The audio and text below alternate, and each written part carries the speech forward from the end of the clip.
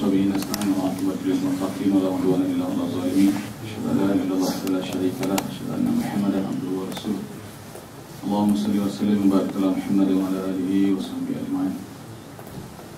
Sahabat sedang jemaah dirahmati Allah sekalian, alhamdulillah kita bersyukur kepada Allah Subhanahu Wa Taala yang telah mengizinkan kita untuk bersama-sama pada hari ini dapat bersama-sama menaikkan salat subuh berjamaah sebagai sebahagian daripada amalan-amalan kita yang insya-Allah bagi menghidupkan bulan Ramadan yang dikurniakan pada kita. Kita bersyukur kerana Allah beri kita Ramadan yang merupakan limpahan yang sangat besar yang dinanti-nantikan oleh orang yang beriman, dan kita termasuk orang yang dipilih oleh Allah SWT untuk berada dalam bulan Ramadan ini. Dan mudah-mudahan kita dengan tekad semangat kita untuk dapat kita hidupkan sepanjang Ramadan ini dengan penuh semangat untuk beribadat kepada Allah SWT, untuk mengisi dengan ibadah-ibadah, dengan amalan-amalan yang digalakkan. Dan apabila kita cakap soal bulan Ramadan, maka suatu tentu dikaitkan dengan takwa yang disebut oleh Allah SWT, dan selalu kita baca ayat ini, ya ayyuhallazina amanu kutiba alaikumusiyam kama kutiba alal ladzina min qablikum la'allakum tattaqun.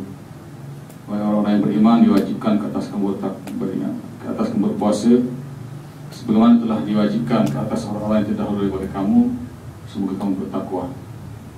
Jadi matlamat daripada puasa itu sendirilah takwa kepada Allah SWT. Takwa arti kata yang mudah kita katanya, kita melaksanakan perintah Allah dan meninggalkan larangan. Jadi untuk mendapat takwa ini sudah tentu bukan satu benda yang mudah.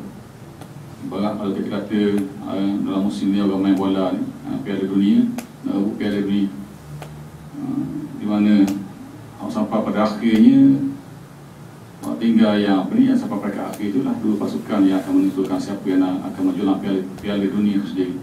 Maka begitulah juga dalam kita nak rebut Piala Taqwa ni juga. Kita tengok dalam ibadat kita pun, dalam semayang tarawih misalnya, di masjid-masjid surau kita, kalau peringkat awal tu kita kata pusingan awal, pusingan kelayakan tu penuh. Setengah masjid surau tu tak muat pahala yang sehingga kan mungkin memikir kuasa dia kena fikir, kena tambah lagi, kena besar lagi surau masjid. Tapi bila dah sampai minggu kedua, susu sikit, kurang sikit, seterusnya sampai minggu akhir, tak ada orang disibuk lain. Disibuk lain sebab padahal kita sepatutnya dalam pencuitan kita untuk mendapat takwa kepada Allah SWT itu dalam daripada ibadat puasa kita kena lebih lagi stamina kita itu, kekuatan kita itu untuk memperoleh. Tapi sebaliknya kita jadi makin lemah. Masalahnya kalau kita dihidangkan suatu benda yang mari, kalau nak habis puasa ni mari dekat air, nampak air. Masalah kita ni dia puasa tu dia tak besar kan. Kalau besar ni air. Sebab itulah kita ni setengah menjadi amalan budaya masyarakat kita hari ni, raya tu sampai kat sebulan dia raya. Lagi tak habis awal lagi tu dia raya. Masakan dia raya.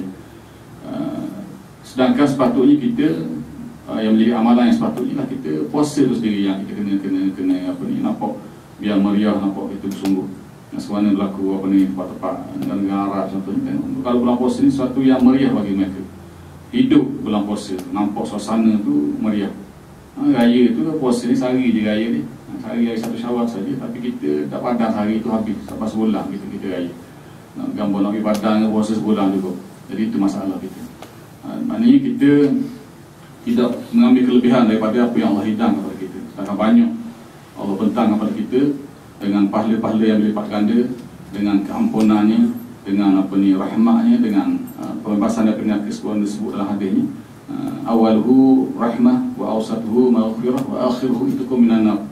Bulan Ramadan ni permulaannya rahmat, pertengahannya keampunan Allah, dan penghujungnya adalah pembebasan daripada api neraka.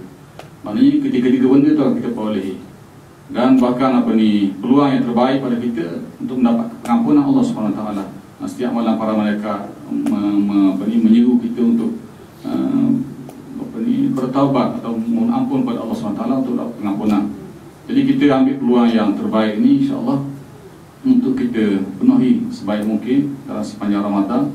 Dengan kekuatan yang ada pada kita ni, terutama orang muda-muda ni, insya-Allah lebih banyak masa ataupun boleh tenaga dia lebih baik untuk dia beribadat dengan lebih banyak kepada Allah SWT, bukan dengan aktiviti lain. Masalah kita kadang-kadang dengan banyak benda yang kita buat bulan Ramadan tu, kita terlibat dengan benda-benda yang sia-sia, benda yang melarang kita, yang membatalkan pahala puasa kita atau mengurangkan pahala puasa kita.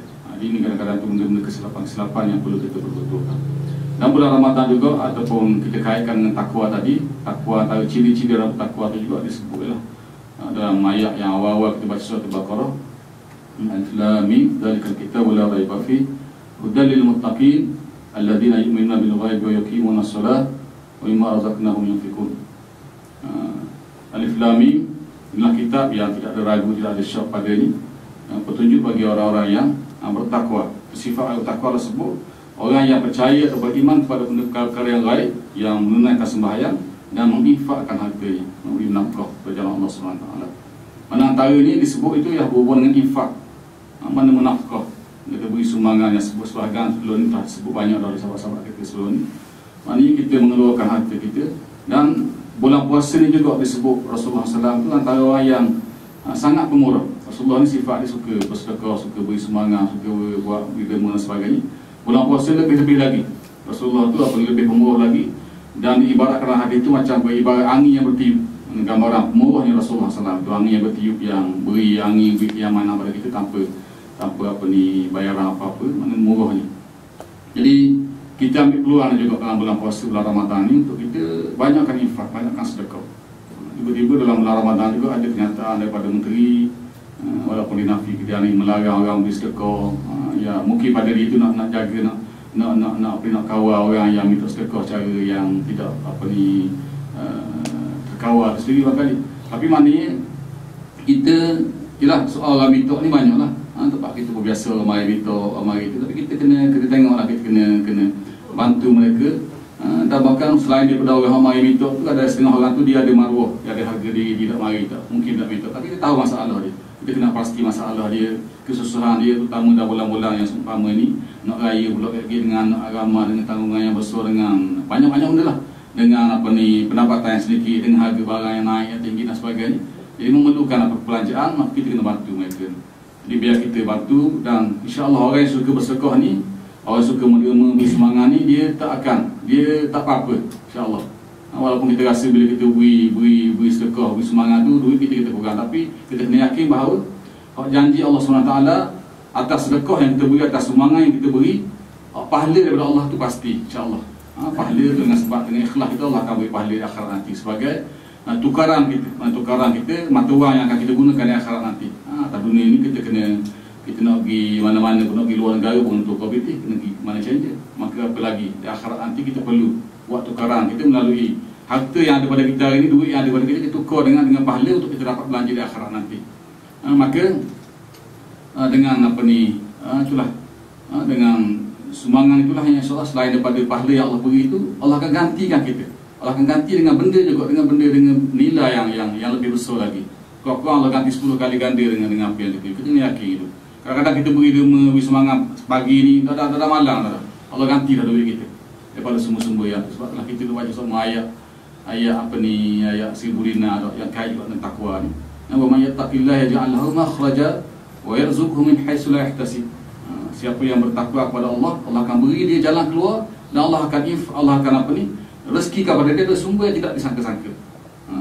Itu antara orang yang bertakwa. Allah beri dia pertama jalan keluar, mana dia tak akan bertemu dengan kebuntuan. Walaupun masalah ni ada berlaku, siapa-siapa pun ada masalah, akan berdepan dengan masalah. Tapi masalah tu, insya-Allah orang bertakwa ni dia akan selesai masalah dia. Dia tidak habis ataupun dia akan terbuntu, tersekat dengan masalah itu. Dari nak pergi duduk nengung panjang, akhirnya kalau setengah-setengah orang tua tak ada iman ni, dia bunuh diri dan sebagainya. Jadi itu masalahnya. Jadi kita orang beriman, orang yang bertakwa ni, insya-Allah, sakut-sakut orang kata, sekat-sekat pun ada lepas. Dia tak sampai dia sumbak situ. Sumbak dekat tu, dia akan lepas, ada jalan keluar yang Allah beri. Dan juga Allah rezekikan pada dia. Rezeki ni juga termasuk dalam bab apa ni tadi lah, yang kait dengan jalan keluar tu juga. Maknanya Allah beri rezeki pada kita dengan sumber yang kita tak tahu. Ada orang yang walaupun kita kata rezeki ni tak datang, yang bola tak datang bergolek, yang pipih tak datang melayang. Tapi ada orang yang terima, yang penuh, yang biasa dia terima rezeki bayi melayang. Kalau zaman Nabi Musa tu tahu ada rezeki turun dari langit, manna wasalwa turun daripada langit makanan Allah beri dia. Tapi ni mungkin tak ada lagi tu. Tapi hari ni mungkin ada orang kita tu yang diterima rezeki secara melayang. Mari melayang gitu. Melayang ni mana orang tu kukuh dah melayang atau kukuh. Mari. Atau binti tak ulang atau binti dia. Siapa sebulan siapa dia tak ulang, dia tak tunjuk apa ni berapa ulang tu. Tetap. Siapa sebulan sekali siapa surah. Dalam tu ada duit, orang bagi duit dia. Maknanya dia tak pernah tahu, tak pernah tahu pun siapa yang beri duit tu. Tak tahu orang beri. Tapi benda itu antara benda yang kita tak sangka. Kadang-kadang kita terbuntu, kadang-kadang kita nak sekat ada masalah, kita perlu duit, macam-macam kita perlu duit. Tiba-tiba orang mari atur duit kita. Ada orang tu dia duduk anak nak belajar duit atau nak beli jaket apa. Duk cari fikir cari duit mana ni. Tiba-tiba tak sebenarnya orang mari atur duit sebanyak yang diperlukan. Tak mari duit dia. Ini nak kabur. Allah beri jalan keluar dia, Allah beri rezeki dia daripada sumber yang tidak dia disangka. Tapi masyarakat kita kena takwa pada Allah SWT. Jadi ini antara apa ni matlamat daripada puasa kita sendiri. Jadi kita buatlah betul insya-Allah dan kita apa ni akan menambahkan takwa kita dan akhirnya insya-Allah kita akan menjulang ataupun mendapat memperoleh pahala ataupun mendapat apa ni piala takwa yang dijanjikan oleh Allah SWT pada 1 Syawal nanti. Jadi itulah ringkas yang dapat saya sampaikan sedikit pada hari ini. Nanti Ustaz Ali waktu ini pahaman Allah Allah. Aku qouli astaghfirullah azim li wa lakum. Assalamualaikum warahmatullahi wabarakatuh.